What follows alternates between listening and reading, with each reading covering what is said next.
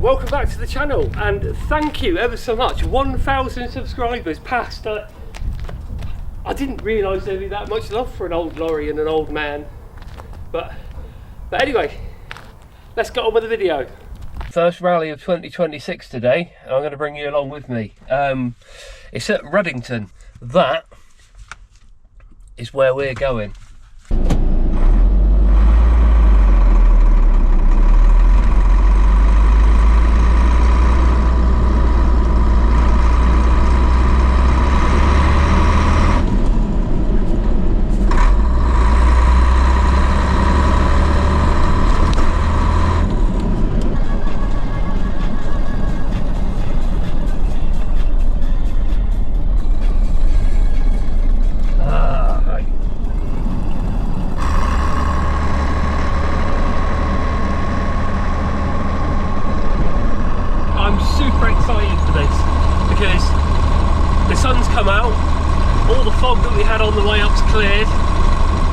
And the last time I was at this event it was brilliant, and I'm hoping that this one's going to be the same. So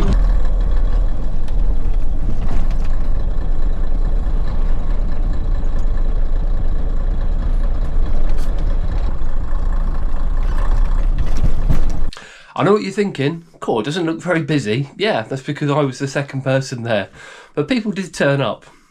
Here's a short montage of some of the arrivals.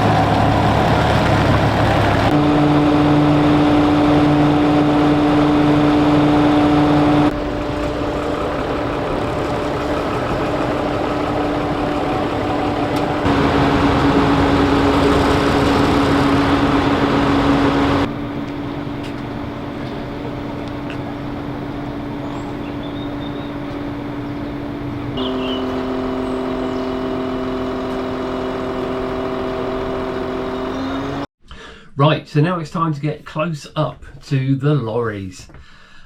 This is where things get dangerous, because once you start looking at old lorries properly, you end up noticing little details, like the badges, the interiors, and suddenly you end up finding yourself staring at, well, you find yourself staring at someone's fuel tank for 10 minutes like it's a piece of art. So yeah, let's go and have a look around, and I'll show you what turned up. So here we have a lovely ERF, Gardner 180 engine, Sutton's livery.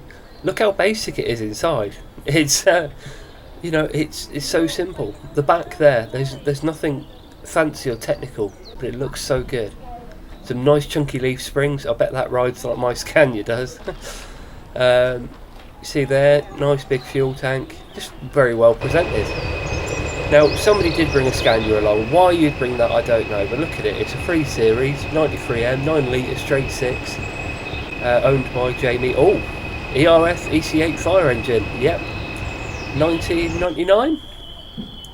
Look at that, and you can tell we're in Nottingham because there's someone's car alarm going off throughout the whole of this video.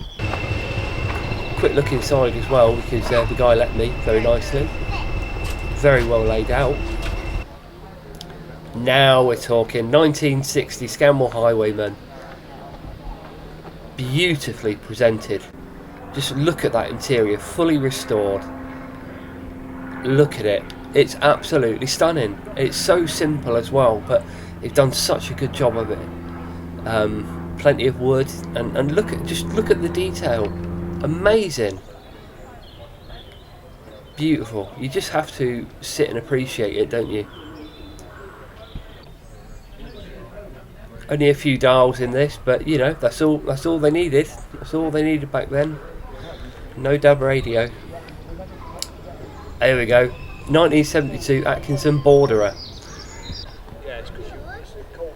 Again, very simple inside, but very well restored.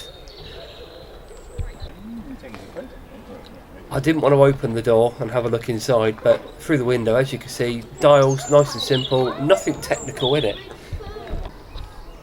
From the back, again, very well presented, but it's very simple.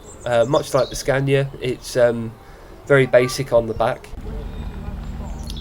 And as you can see there, that little rim on the tyre looks like a donut. That's the step to get up into the cab. Right, so that is the lorries done. Now, one thing the Nottingham Heritage Transport Centre does have is a heritage bus depot.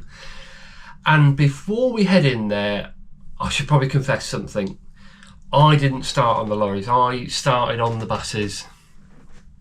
Early starts, shirt and tie, and a front row seat to the general public at their absolute finest.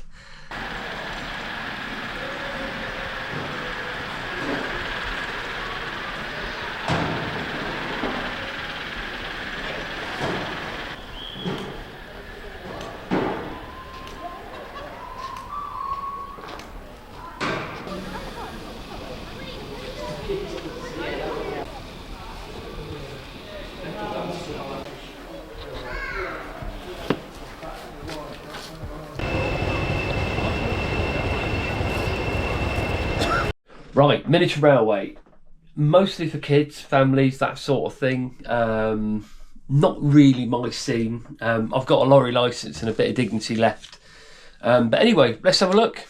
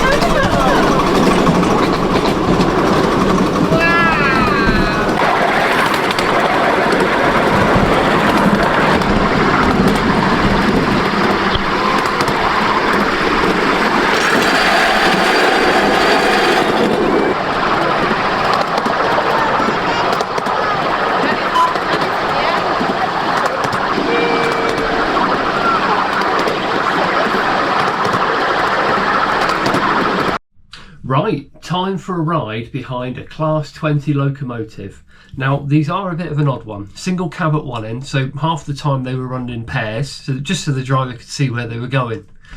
They're not the most powerful things in the world, not the most modern, but they've got a lot of character about them. So let's jump on board and go for a ride. This is D1854, a British Rail Class 20, built back in the late 50s by English Electric. It was designed primarily for freight work. These locomotives became a common sight across the UK, especially on coal trains and heavy industrial duties. They're powered by a single English electric diesel engine producing around 1,000 horsepower. Not huge by modern standards, but more than capable for the job they were built to do. One of their most distinctive features is the cab layout, with just a single cab at one end. Visibility wasn't exactly ideal. So they were often run in pairs, nose to nose, giving drivers a better view in both directions. The nickname. So these were nicknamed choppers, and that comes from the unmistakable sound of the engine under load, with its rhythmic, chopping exhaust beat that you can hear long before you can see it.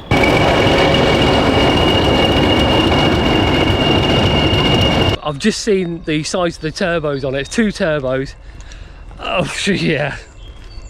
I'm going to be really cheeky as well and ask them and see if I can get a cab ride, just so I can try and get like a POV for you guys. So I'm going to ask. I'll ask the question. The worst they're going to say is no, get out. But so as well as the full-size railway, they've got the miniature railway as well.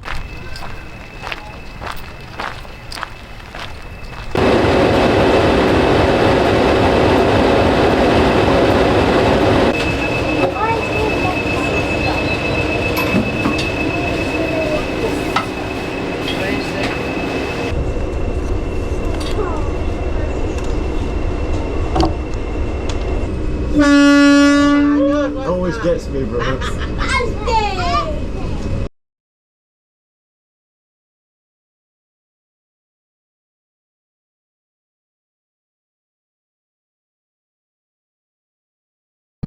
There we go. Thank you. Cheers, thank you.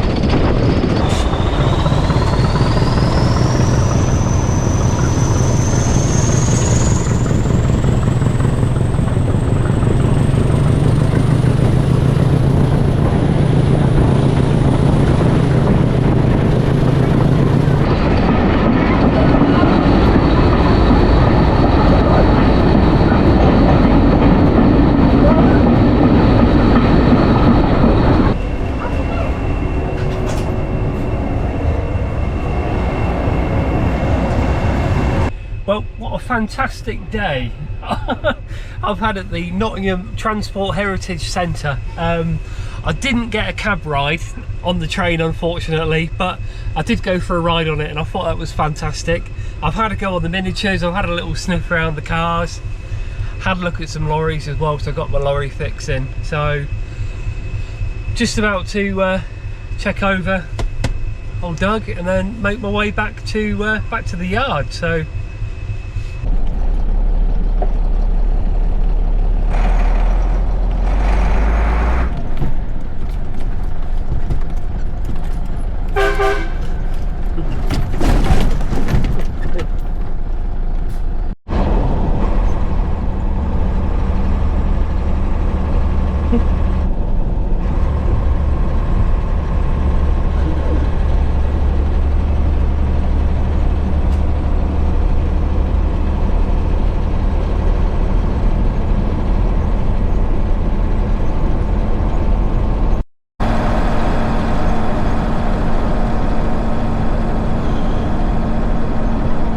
well, that's me on the way home. I've just dropped the lorry off, so thanks ever so much for watching. Had a brilliant weekend, managed to get loads of stuff done on the lorry that I wanted to, and had a brilliant time at Ruddington as well for the vehicle rally. So they've got another rally 12th of April, which is the HGV rally, so I'll be there with Doug. There'll be Scammells, Atkinson, everything you can think of, I'm sure will be there. And of course a very good selection of ERFs as well. Thanks for watching, and I'll see you on the next video. Ta-ra.